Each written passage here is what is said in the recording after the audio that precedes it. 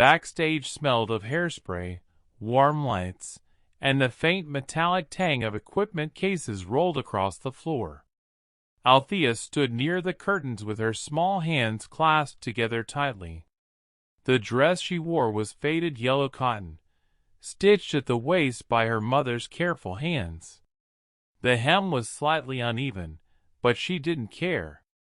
It was her best dress. She felt the fabric between her fingers and tried to calm her breathing. Her heartbeat tapped against her ribs, like a bird in a cage waiting to fly. Her mother kneeled in front of her, adjusting a stray strand of hair. The mother's fingers were rough from sorting bottles and scrap metal back in Cebu, yet her touch was gentle, like a memory of home. They had left everything familiar behind when a distant cousin in Ireland offered them a place to stay. It was not much, only a shared room in a small flat, but it was dry and safe, and that was already a miracle. They had crossed oceans, carrying only clothes, a few photographs, and a hope that felt too big for their small luggage. Anak, kayat auto mangiari, e pakita mo lang puso mo, her mother whispered. The words were steady, but her voice trembled at the edges. Even courage sometimes shakes. Althea nodded, though her throat felt tight. She remembered the nights in Cebu where rain would leak through the roof, and she and her siblings would sleep close together to stay warm. She remembered listening to her mother sing lullabies while washing clothes in a plastic basin. Singing had been her first comfort, her first language of love. Yet now it felt heavy on her tongue. Not because she doubted her voice, but because she understood what this moment meant. If she did well, maybe their life could change. If she failed, then the world might stay the same.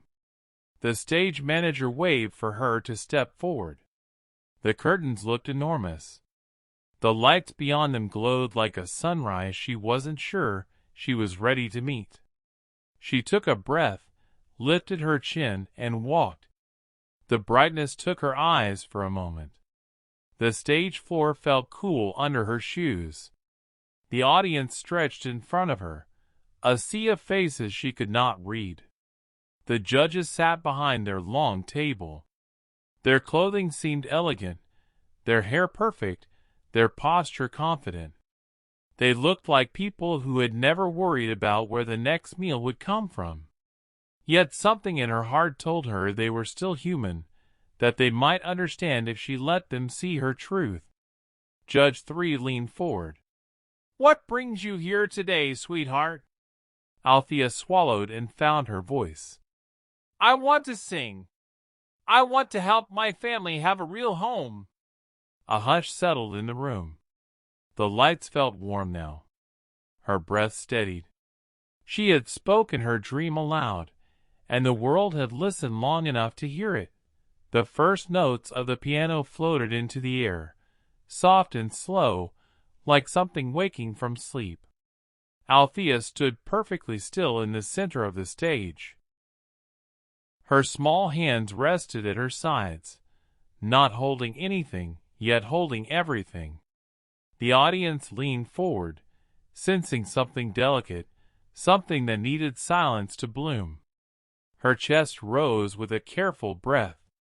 She closed her eyes, not to shut the world out, but to call home into her heart.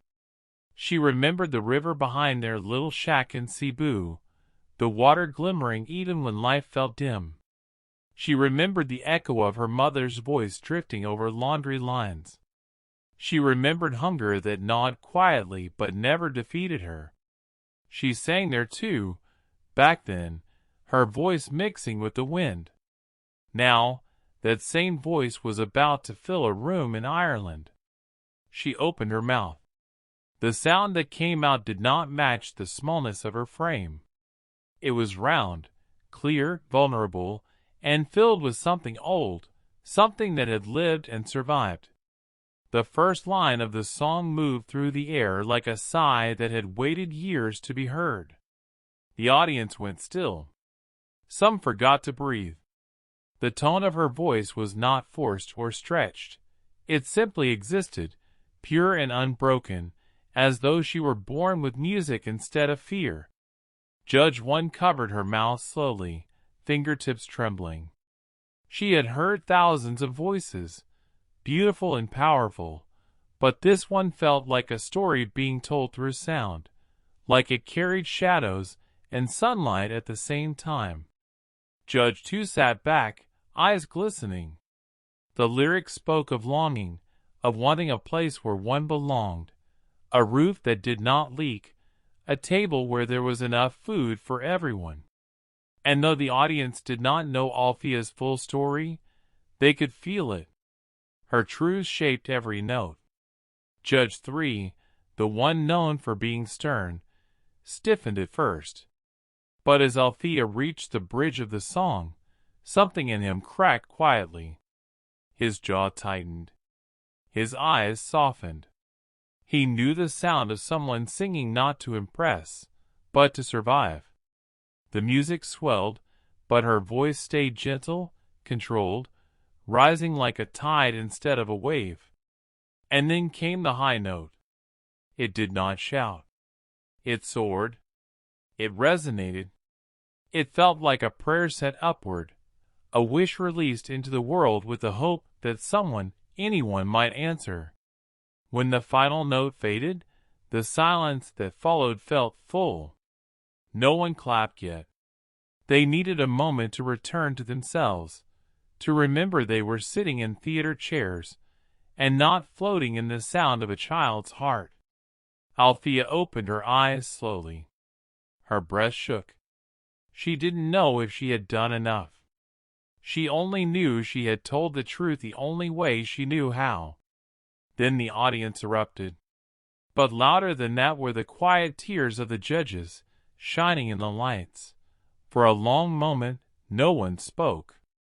The applause had thundered through the room, but now it faded into something softer, like everyone was afraid to disturb the echo of her final note.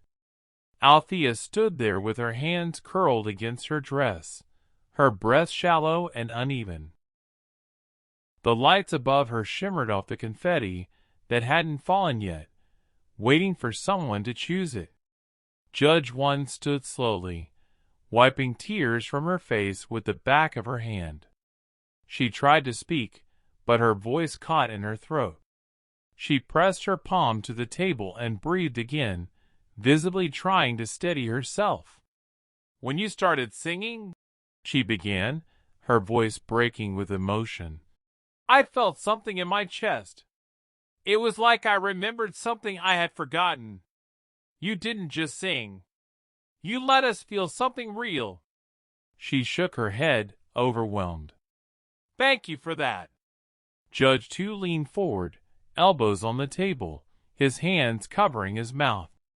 His eyes were swollen with tears he wasn't trying to hide. He stared at Althea like she was a miracle standing in front of him, something fragile and brave. "You remind us," he said softly, "that greatness doesn't always come from places people expect. Sometimes it comes from the hardest beginnings." His voice thickened. "Sometimes it comes from children who carry more than children should." Judge 3, usually collected, looked down at his hands for a long moment. His eyes were glassy, his composure cracked open. When he looked back up, he swallowed hard. "You don't sing because you want to be famous. You sing because your heart needs to speak. And we needed to hear it." He exhaled slowly, like his words had taken effort. "I am honored to have heard you today." Althea didn't move. She didn't smile yet. She didn't know what came next. She only felt her heart pounding and her throat aching with unshed tears. Then Judge 1 stepped back from the table. She looked at Althea with a warmth so deep it felt like something rising from the floor of the sea, ancient and true. She pressed her hand over the golden buzzer.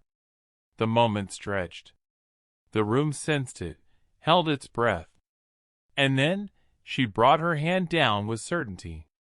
A burst of golden confetti erupted from the ceiling, shimmering like 1,000 tiny suns. The music swelled triumphantly. The crowd stood as one, cheering, clapping, calling her name. The lights glittered across the falling gold, and Althea's face lifted to the storm of shining pieces around her. Her mother rushed from backstage, tears pouring freely. She wrapped Althea in her arms, holding her not as a performer, but as her child. They held each other tightly, shaking with relief and wonder. Althea's tears finally fell, warm and unguarded. She had sung for hope, and hope had answered back.